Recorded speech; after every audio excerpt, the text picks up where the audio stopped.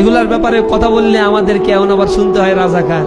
তা আমরা বলি যে তোমার দলের প্রতিষ্ঠাতা যিনি, তিনি কিন্তু করাচিতে থাকছে, পাকিস্তানের লেখাপড়া করছে, চাকরি করছে পাকিস্তান মিলিটারিতে, পাকিস্তান মিলিটারির অনুগত সদস্য ছিল। তখন বলে তাতে কি হয়েছে, উনি বীর মুক্তিযোদ্ধা। আমরা বলছি জামাতেও তো অনেক মুক্তিযোদ্ধা আছে, আর বিএমপি তো 1000-এর উপরে রাজাকার আছে। বলে না তাতে কি হয়েছে, আমরা মুক্তিযোদ্ধাদের দল। আমরা বললাম তোমাদের প্রতিষ্ঠাকালীন সদস্য জাদু মিয়া, আব্দুর রহমান বিশ্বাস, ইনারা তো স্বীকৃত রাজাকার, তারা তো বাংলাদেশের স্বাধীনতা চাই নাই, অথচ প্রতিষ্ঠাতা সদস্য। তাহলে তোমাদের প্রতিষ্ঠাতা সদস্যদের অধিকাংশ যদি এমন হয়, তাহলে তো তোমরা রাজাকারই সাপোর্ট করো, রাজাকারেরই দল। বললে না না, ওনাদেরকে আমরা ওন করি না, কোনো কিছুই ওন করে না। 2 দিন পরে নিজের বাপরে ওন করা বন্ধ করে দেবে। পরিস্থিতি তাদের এমন, লজ্জা লাগে তাদের। বলে 20 বছর তো তোমরা একসাথেই ছিল, তখন রাজাকার ছিল না এরা? আর কোনো কথা নাই। বলে না, ওইটা একটা রাজনৈতিক জোট ছিল, ফায়দা হাসিলের ক্ষেত্রে আসি আমরা, সঙ্গে থাকলে সঙ্গী আর না থাকলে জঙ্গি।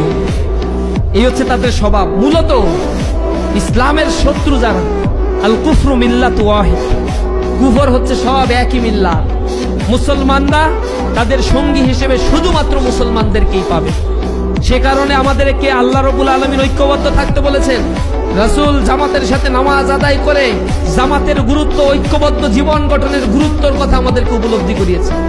শুধু কি তাই, জামাতে নামাজ না পড়লে সেই ঘর বাড়িকে জ্বালিয়ে দেয়া তো আল্লাহ রাসূল কুণ্ঠাবোধ করেন নাই। বলছেন ওই ঘরগুলোকে আমি জ্বালিয়ে দিতে ইচ্ছা করে, যেই ঘরে জামাতে নামাজ হয়, মসজিদে ইমামের পিছনে নামাজ দাঁড়িয়ে যায়, অথচ যেই ঘরগুলোতে পুরুষেরা অবস্থান করে মসজিদে যায় না। এত গুরুত্ব আল্লাহ রাসূল কেন দিলেন? নামাজ তো 5 ওয়াক্ত নামাজ একসাথে পড়ে ফেললেই তো হইতো না? প্রশ্ন করছেন কোনদিন যে যখন সময় পাই 5 ওয়াক্ত নামাজে কয় রাকাত?